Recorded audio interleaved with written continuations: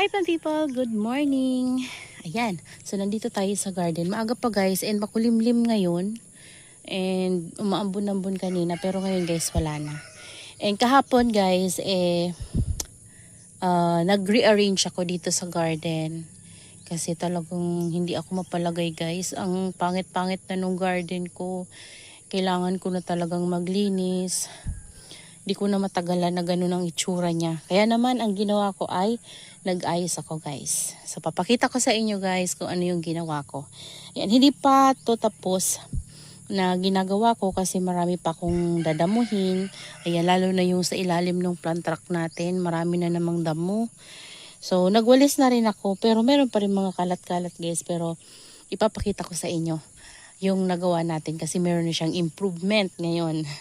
So ayan. Dito, kung matatandaan nyo guys, nato dito si sino nga ito?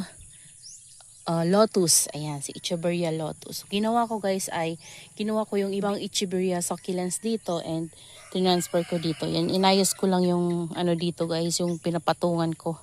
Para mas marami ako mapatong. Ayan, kasi wala na nga tayong patungan.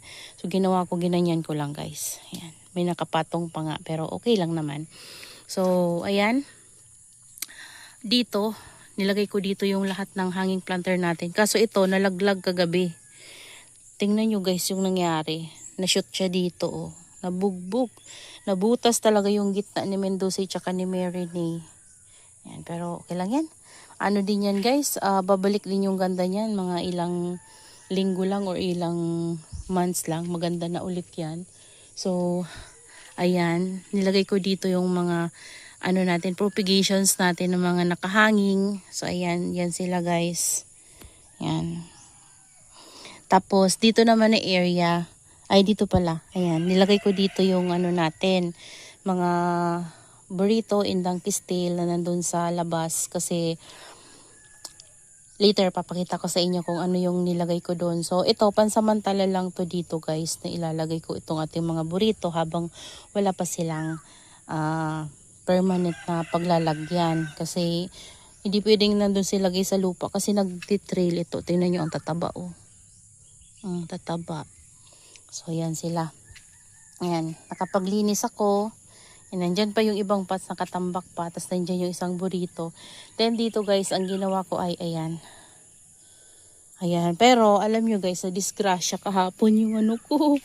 Yung this one, ayan oh, nasira yung mga leaves, ayan, nabali yung ating silver bomb. Ayan yung mother ko guys, pinatong ko lang to. Ayan o, nabali siya kasi nasagi ko siya nung malaking pot na yun kasi nahirapan akong buhatin siya. So dito ko nga muna to guys, si air dry ko lang yan at itatanim ko sa separate pot. Tas dito mayroon akong vacant kasi nga nilagay ko dun yung iba. So dito nagkaroon tayo ng vacant. Ayan, tingnan nyo guys yung mga ichi ko. Yan yung ating mga Echeveria succulents. Ang lalaki na talaga guys, promise. Sobrang ganda. And ayun, dito na area, ito yung ginawa ko. Binaba ko na lang guys si Thanos kasi sobrang sobrang lawak na ng niya na ikutin ko lang. Para hindi masyadong matakpan yung RZ. Ayan, masyado nang malawak yung nauukupan niya na area. So, natatakpan niya yung mga Echeveria succulents na katabi niya. So, yan yung ginawa ko. Yan, pinagpupugutan ko yung mga pinropagate natin dati. Yan, medyo kalbo. Antayin lang natin na magka-babies yan guys. Yan, tas ito, nilagay ko yung mga cuttings propagation ko, leaf propagation. Tapos ito, galing sa leaf propagation, nilagay ko na dyan guys. Si Hybrid Ellen. Yan. Basta mga cuttings and babies from leaf propagation, siniksik ko na dyan guys kasi wala namang laman. Yung iba talagang bakante. Tapos ito yung nakat ko galing sa labas na Purple Delight. Yan. Ganda guys oh. Yan oh. Diba? Tapos ito, tinransfer ko dito guys, yung ating, sino nga ito? Si Missing New, Labamba and Bianca. Before nandito siya, so lagi ko kasi guys nasasagi yung leaves, yung na yan yung heads. na nagtitrailing. So, kasi nandito siya, oh. Ayan. So, naisip ko na lang na ilagay sila dito. So, inipon ko dito lahat, guys, ng mga purple delights natin. At doon yung nalalagyan natin ng, ano, burrito and donkey's tail. Naisip kong ilagay dyan yung mga nandito natin na pots ng ano. Ginalaw ko, guys, yung mga nandyan na nakalagay na mga purple delights. Yan, tinransfer ko doon para ma-check ko yung kanilang soil mix. So, okay naman sila pero medyo kailangan talaga nating mag-add ng soil mix. Kaya naman, nag-add ako ng soil mix kasi ang dungis-dungis nila. Kasi basta ko lang ginanon yung, ano, yung soil. Yung minix ko na soil. Use soil naman na yun, guys. Galing dito sa mga old pots ko. Pero bagong mix ko lang kasi yun sila, guys, eh. Kasi yung mga nandito, ano ba yung nakalagay dyan? Basta walang laman sila. Yung iba naman na yung galing sa pinagkatan ko na Echeveria pero namatay yung puno. So, nilagay ko na lang doon para madagdagan ko yung soil nila. Yan. Pero sprayhin ko yan, guys, para mawala yung dungis. Para mapunta sa ilalim yung yung soil. Kagaya nito, oh. Tingnan nyo, oh. Gaya yung ginagawa ko. Kasi kapag i-uproot ko yan sila, guys, masisira. So, kaya ginagawa ko na lang. Nag-add na lang ako ng soil. Kaya, ini-sprinkle ko lang sa taas. Ganyan. Ang hirap din i-shoot kasi nga, magkakadikit yung kanilang mga stem. Yan, may mga babies sa ilalim. So, ayun. Ganun na lang yung ginagawa ko, guys. Tapos i-spray ko yan siya hanggang sa matunaw yung soil. Hanggang sa ma-flatten na siya. Maayos na, wala nang matatakpan. So, kailangan lang talagang isprayhin and matrabaho din. So, dito, nilagay ko dito yung ating mga cuttings propagation, yung ating mga sachel. Doon ko, guys, nilagay muna para naman mainitan kahit paano yung nandun.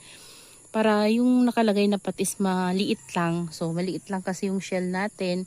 Tama lang yung laki. So, para kapag uminit, hindi masyadong matatakpan itong ating purple delights. Yan, di ba? Tapos yan, nandito ko nilagay yung mga cuttings propagations natin ng mga hanging. Tapos Mendoza, hybrid Ellen, nandyan, guys. Basta yung mga nakahang natin na puno ito, guys, na area. Ayan, so dito, ganyan yung itsura nila, guys. Ayan. Tapos dito, naisipan kong i-transfer yung isang pinugutan ko na, di ko alam, Murasaki ba to? Ay, na ano to, guys. Okay lang yan. Tusok lang natin.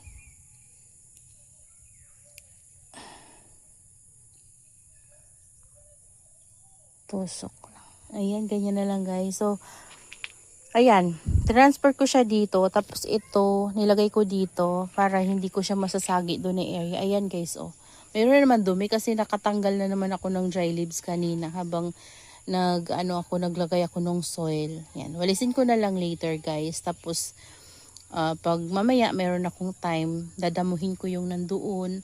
Pero yung nandito sa ilalim, papadamo ko na lang, guys, sa kapatid ko kasi hindi ako pwede dyan. Ayan. So, yan yung itsura nila, guys, oh. Yan, kahit paano, gumaganda-ganda na ulit yung garden natin. So, maganda pa rin yung garden ko, guys, kahit na medyo nasira talaga yung, yung bubong natin. Hindi lang bubong, pati yung nandito, sira na talaga. Tapos may anay na kasi, guys, itong ating mga ganito, nanay sila. So, maglalagay ako ng furadan.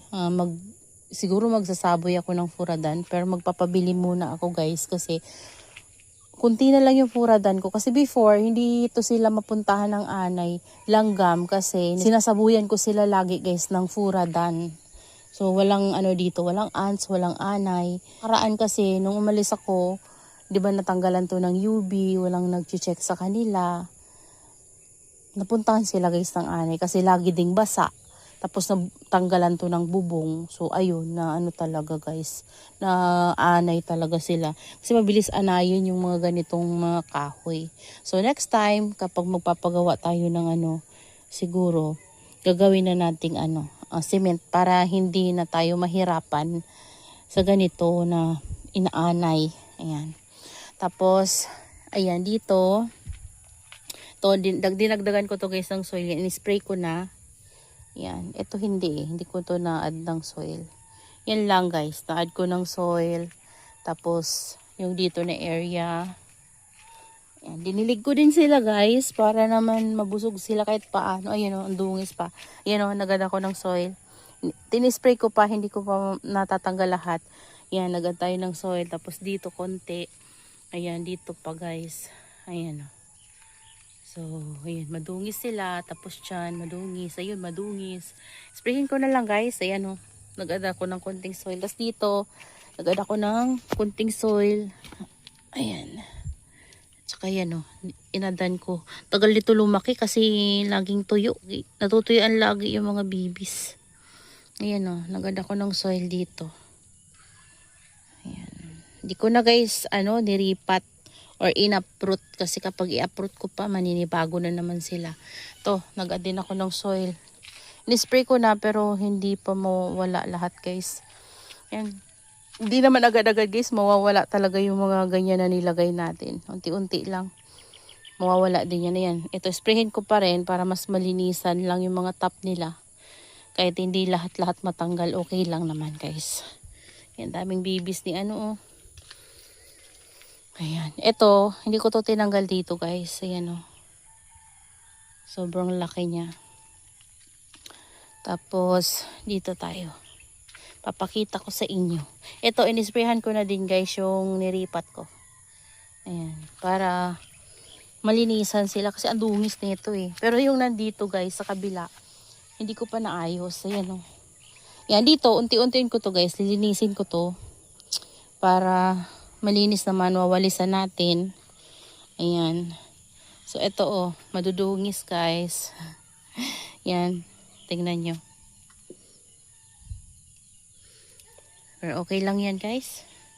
Isprayhan lang natin. Ayan. Ayan. Ayan. So, ayun din guys. Nilagyan ko ng konting soil. Yan. Ayan yung itsura nila guys. Pasensya na kayo, madungis kasi hindi ko pa na-sprayhan. Pero, ayan. Malaking tulong yan sa kanila guys para tumaba ulit sila. Ayan. Mataba naman na sila guys. Ayan. Maliliit pa nga lang kasi mga new pups yan nila. Pero, mas tataba sila kapag nag-a-add tayo ng soil sa kanila. Masyado na kasing malalim yung nito. Kailangan na nga nito guys ng ripat. Pero, yan, mag-a-add lang ako ng konting soil muna. Yan, para hindi matakpan yung mga babies and spray natin. Ayan o. Ayan yung itsura ng ating garden guys. Diba? Ang ganda. Ayan. Grabe. Oh. Yan yung kabuuan ng ating garden. Diba guys? Sobrang ganda. Nakakatuwa kapag nakikita kong ganyan, healthy sila.